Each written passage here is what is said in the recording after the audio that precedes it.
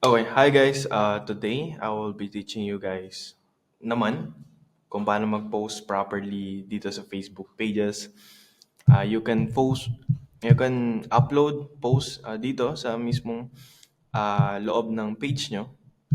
Pero gusto ko i-share to sa inyo kung paano ba ako nag-upload talaga, hindi dito. So meron tayong tinatawag na uh, Meta Studio for content posting. Okay?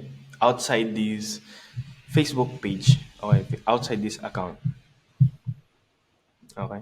Balik tayo sa pag pumunta tayo dito, may makikita tayong Meta Business Suite. Okay, ito yung sinasabi kong Meta Studio something. Ito, Meta Studio ata to before pero ang purpose lang nito is i-redirect ka sa um, sa page wherein mas marami kang kontrolado. So, in order for you to upload, show ko lang sa inyo kung paano ako nag-upload talaga. If you are familiar already dito, maganda kasi at least kahit pa paano alam niyo na. But if you don't know this yet, okay, explain ko sa inyo kung paano. It will be confusing and mahirap siya sa interface kapag titignan mo. But, napapag-aralan naman lahat. Okay. Ito yung pinaka-professional talaga wherein you can post. Place for, alam niyo yung likod ng page. Okay? Ito yung page na yun. Behind that page. But yeah. Instead na doon ka mag-post, dito ka mag-post. So, ang check nyo lang naman dito is itong create post. Okay, so dito, you can post din ng sabay sa Instagram. Pero kapag nag-post ka dito, pwede mo i-post sa, meron ka lang pipindutin. Mau-post siya sa Facebook and mau-post siya sa Instagram. Okay.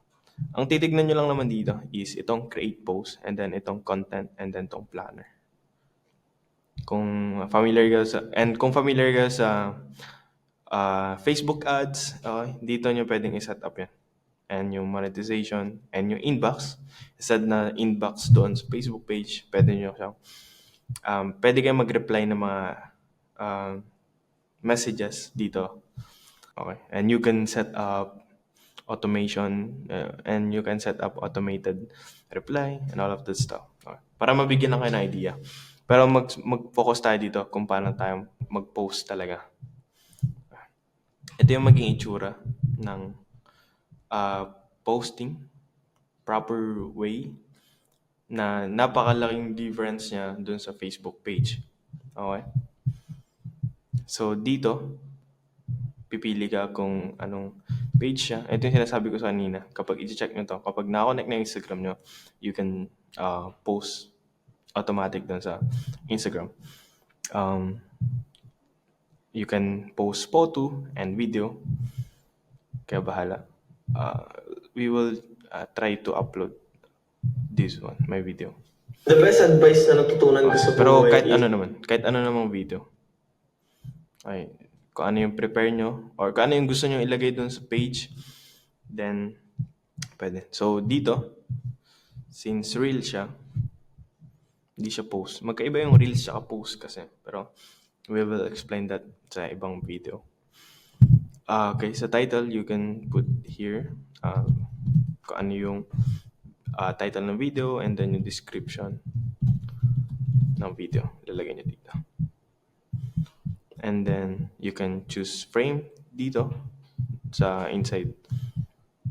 Sa whole, and pipili kayo ng thumbnail dito. Pwede kayo mag-upload ng mismong thumbnail.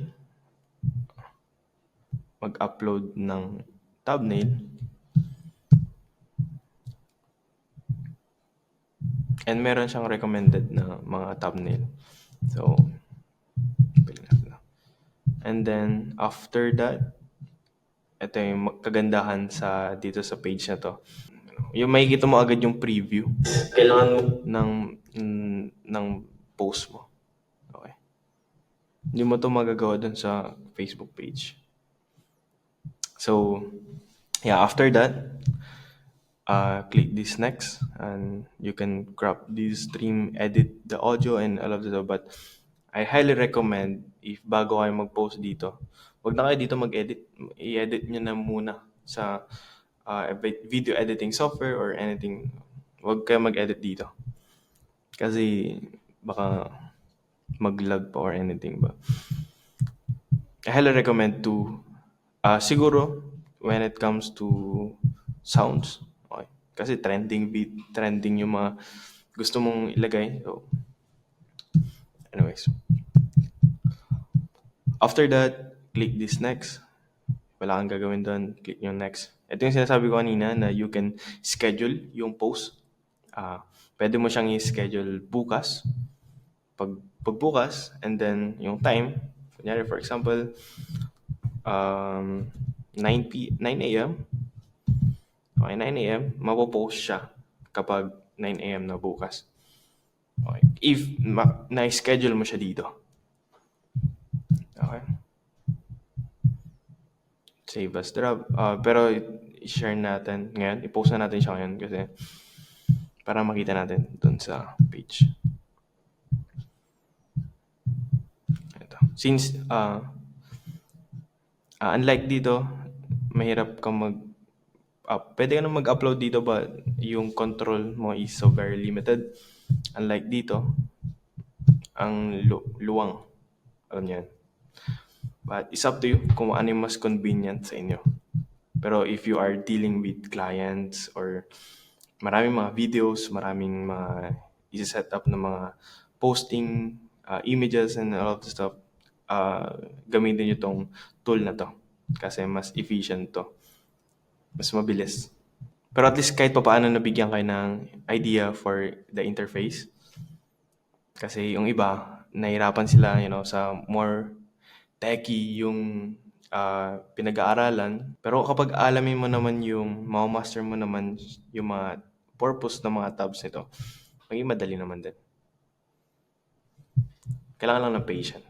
Okay. Sa una, naging komplikado din sa akin to. Pero along the way, hanggang sa paulit-ulit ako nagpo-post dito, na-master ko na siya.